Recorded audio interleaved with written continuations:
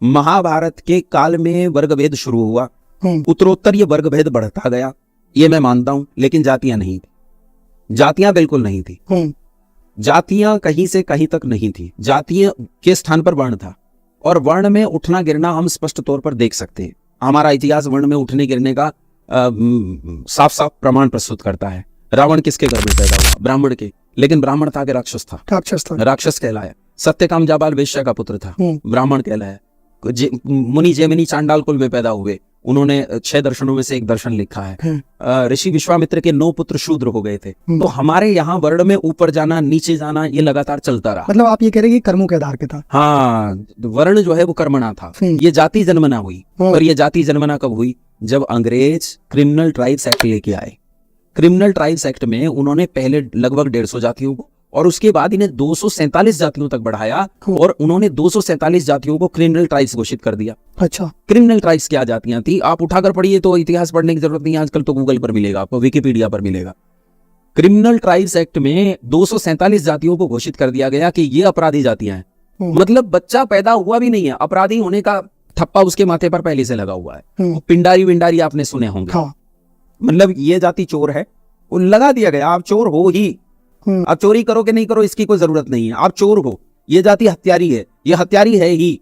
आप हत्या करो कि ना करो, आप हत्यारे हो। तो आप पर ये क्रिमिनल ट्राइब्स एक्ट लागू होता है। किसने किया भाई? कौन से भारतीय राजा ने किया?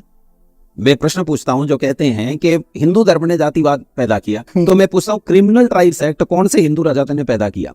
ये सब मुसलमान और ईसाइयों की देन है, और मुसलमान और ईसाइयों की देन के बाद इस देश में जाति व्यवस्था उत्पन्न हुई है। ये मोटा मोटी 17वीं शताब्दी से शुरू हुआ और 20वीं शताब्दी तक ये पूरी तरह एस्टेब्लिश हो गया। उसके बाद जब सरकारें बनी, क्योंकि सरकारें प्रारंभिक सरकारें वामपंथी सरकारें थी, वामपंथी सरकारों ने जाति प्रमाण पत्र देकर इसे और पुख्ता किया और लोगों को घोषित कर दिया, तू जन्मना ब्राह्मण है, तू जन्मना चमार है, तू जन्मना वाल्मीकि है, तू जन्मना गडरिया है, तू जन्मना ये है, तू जन्मना वो है। ये सब घोषित किया गया। और आज स्थिति यह है कि हम लोगों के भीतर जातीय स्वाभिमान इन पॉलिटिकल पार्टीज ने उठा दिए हैं, और हम लोग अपने अपने जातीय स्वाभिमान के साथ जी रहे हैं, जो जाति है ही नहीं। सही बात है, जो जाति है ही नहीं, हम उस एक नकली स्वाभिमान के साथ जी रहे हैं। आप किसी और जाति से हो, मैं किसी और जाति से हूं, और ये जो महापुरुष है ये मेरा है, आप कहोगे मेरा है, और हम आपस में लड़ेंगे। इसका लाभ या तो उद्योगपति उठाएगा या तो नेता उठाएगा। मुझे और आपको क्या लाभ है? कोई नहीं। उस महापुरुष ने तो आपकी भी रक्षा की थी और मेरी भी रक्षा की थी। वो महापुरुष तो उस सारे समाज का था। क्या महाराणा प्रताप अपने राज्य में किसी एक जाति के लिए लड़े? क्या शिवाजी महाराज अपने राज्य में किसी एक जाति के लिए लड़े?